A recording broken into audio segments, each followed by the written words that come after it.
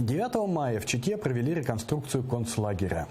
В рамках праздничного представления «Я помню, я горжусь» на одной из тематических площадок Читы прошла историческая реконструкция концлагеря. На площади Труда краевой столицы перед зрителями развернулись реалистичные картины военного прошлого.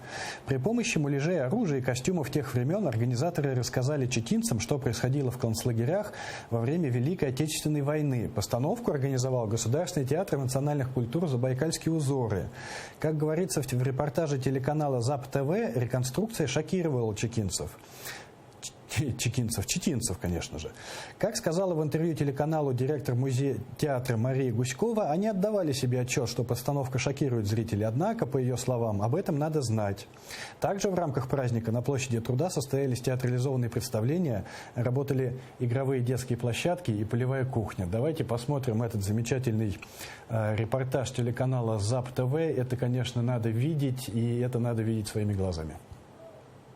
На площади Труда в поселке КСК в Чите развернулось праздничное представление «Я помню, я горжусь». Одной из тематических площадок и самым ярким моментом стала реконструкция концлагеря.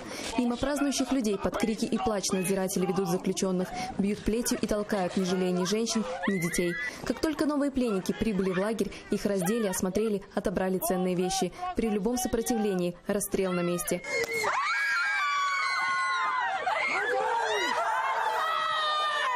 Актеры, еще совсем дети, полностью погрузили зрителей в атмосферу происходящего. Вместе с ними мы чувствовали страх невинных людей и ненависть к ликующим фашистам.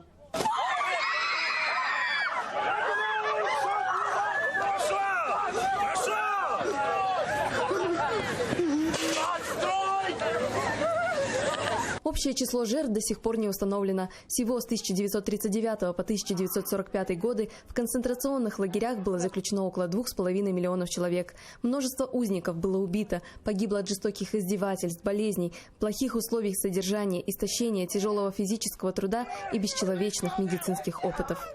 Актеры пропустили историю через себя, признаются, что после этого уже никогда не останутся прежними. Это было очень страшно, что они пережили, мы все это прочувствовали, даже не все, но это было очень тяжело, и подготавливаться к этому было нелегко и непросто. Я не мог со своими товарищами над ними так издеваться, было очень тяжело, нам говорили, надо через силу. Мы смотрели много фильмов, таких, как над ними издевались, плакали, очень сильно плакали, нам говорили, не подавайте, вы немцы, не подавайте виду, вы должны над ними издеваться, как были в те времена, не жалейте их, старайтесь как можно сильнее, бейте их. Спасибо нашим дедам просто, что они предотвратили все это. Мы будем вечно помнить этот великий подвиг советского народа.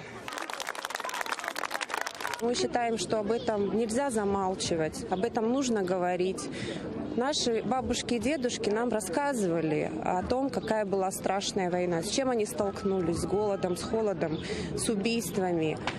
Наши ребятишки, у них нет уже наших бабушек и дедушек, к сожалению. И наша задача нашего поколения ребятишкам все это передать.